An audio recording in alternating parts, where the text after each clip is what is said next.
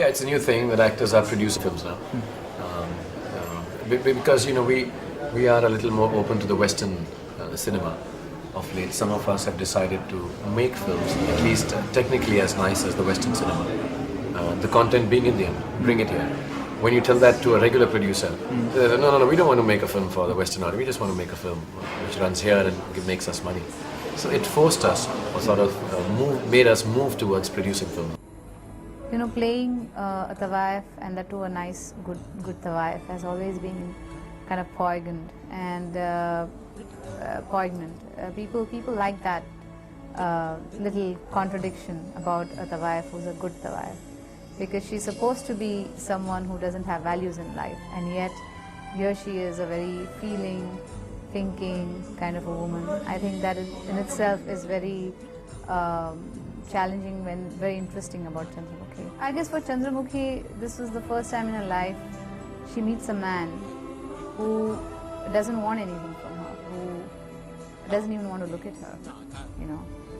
And I think something about that also is very fascinating for her.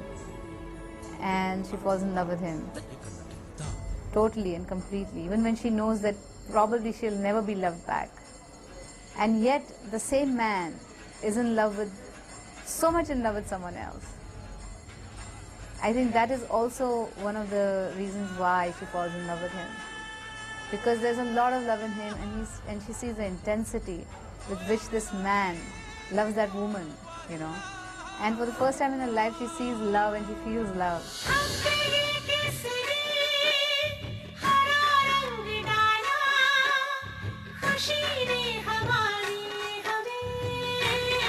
She's fragile and yet has this innate strength, which shows itself at various times in the film. She is a woman who is in a way fighting a losing battle, because she's nurtured this love since childhood for Devdas, since childhood.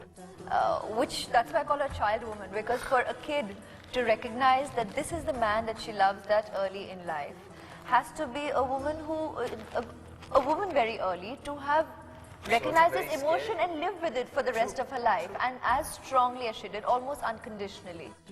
And when they grow up, and I mean that's almost depicted by this, well, it's because this film was set in a different time, in a different period.